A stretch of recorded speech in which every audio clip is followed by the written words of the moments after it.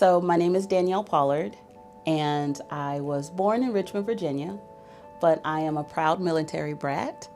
And so I had the opportunity to grow up in several places around the world as a child.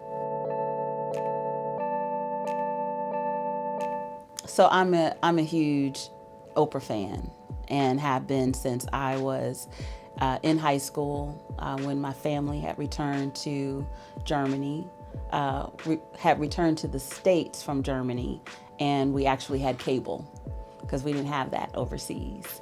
And every day after school, I would tune in, and I was always so inspired. You know, I'm a big reader. I always thought differently, and so it really resonated with me, all the empowerment speakers and motivators and, inspirational stories. And I would watch the show and say to myself, like, I want to do that. Like, I wanted to be her protege, and I wanted to have my own, television show and perhaps my own media empire. And that really sparked my interest in wanting to consider a career in journalism and broadcasting because of that. The other thing that it did for me was, I think that's when I first really noticed my aspiration that I wanted to empower people, and I used to say that I wanted to be a teacher, but not like a traditional classroom teacher. I really wanted to help teach people how to be their best selves, and how to create a better life. What's interesting today is now it's 30 years later, from being that 16 and 17-year-old girl walking around with her, briefcase, not a backpack, but a briefcase in high school, and wanting to do that.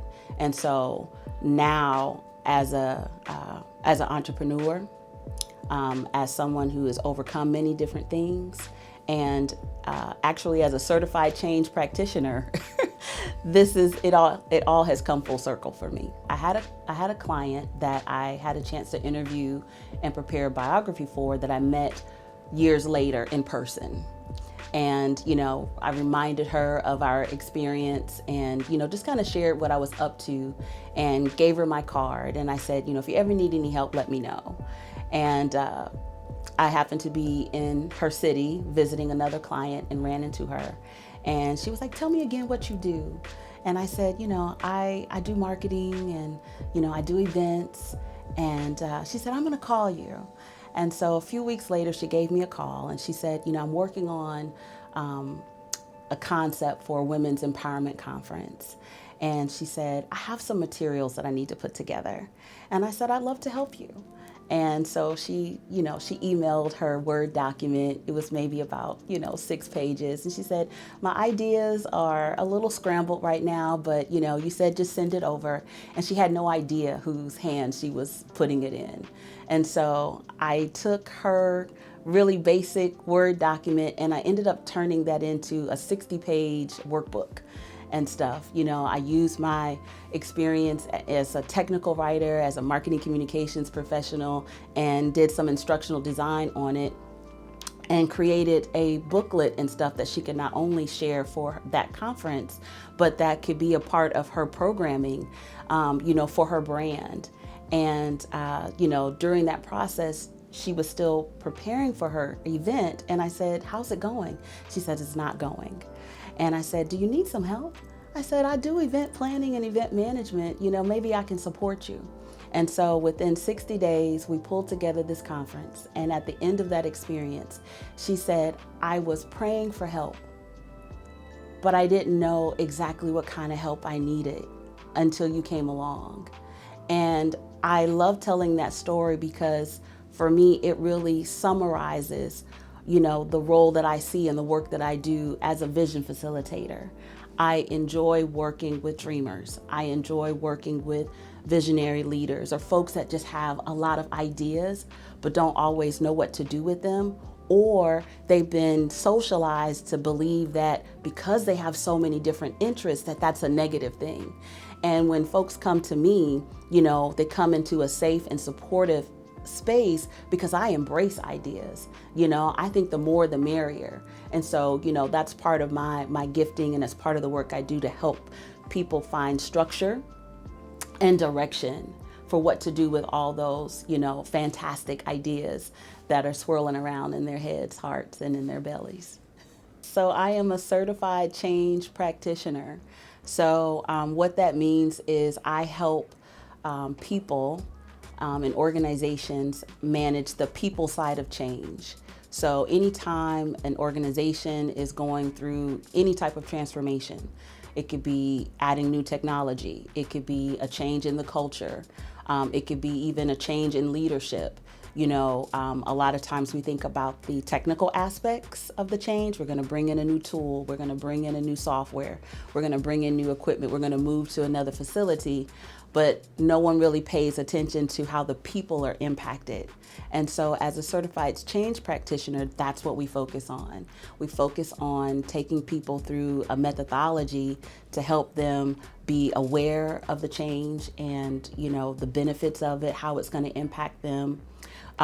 It centers around creating a desire for people to want to embrace the change.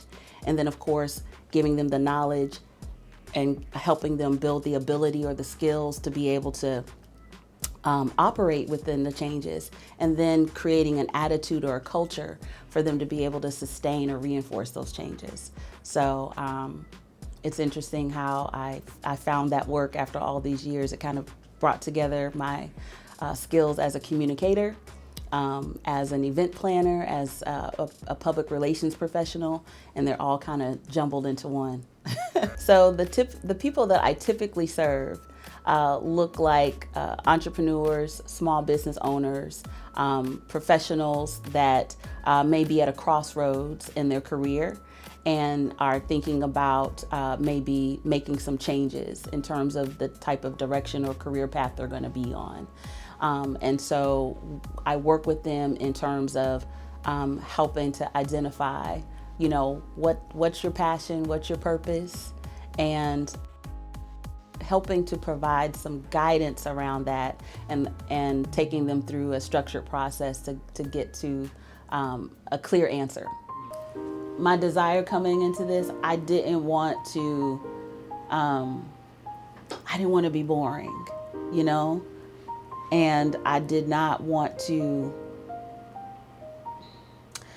to get on camera and say things that would not resonate with someone, because and see, this is when I get emotional about it.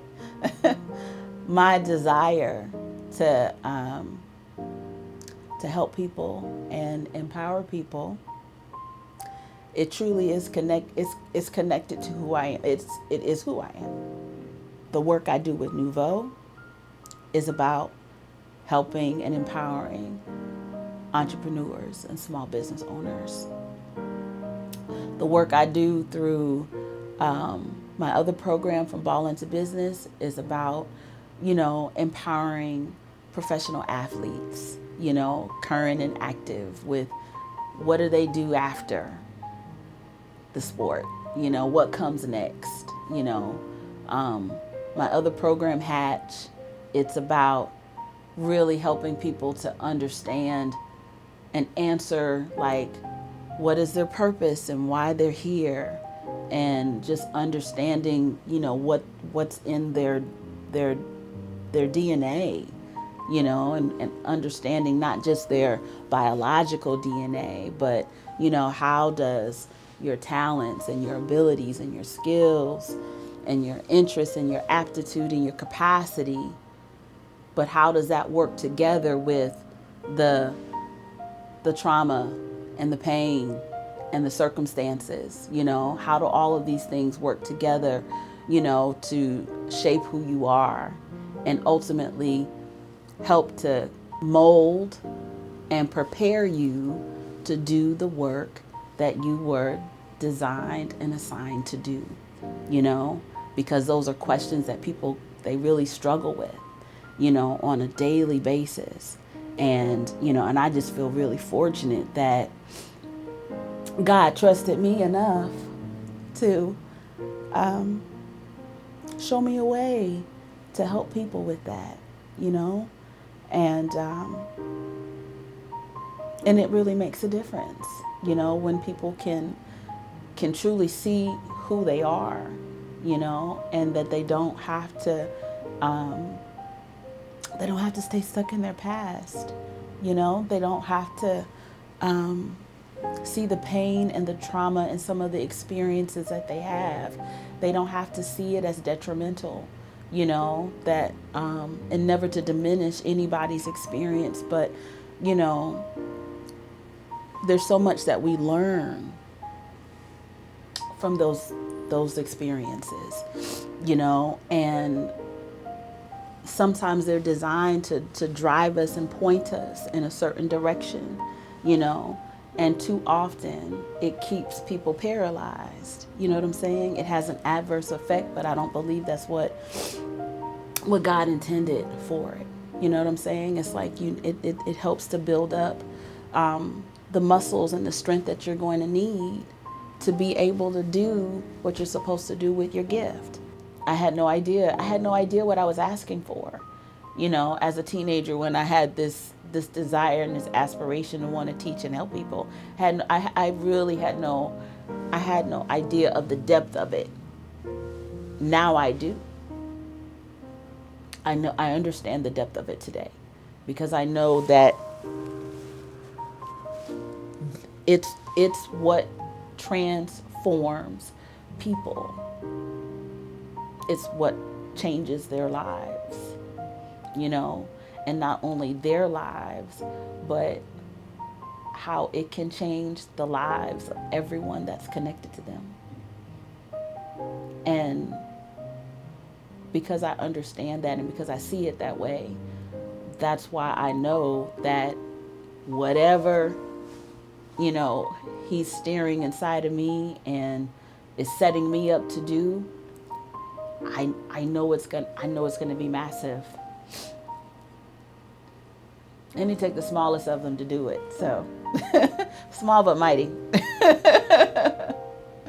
Yeah. Yes.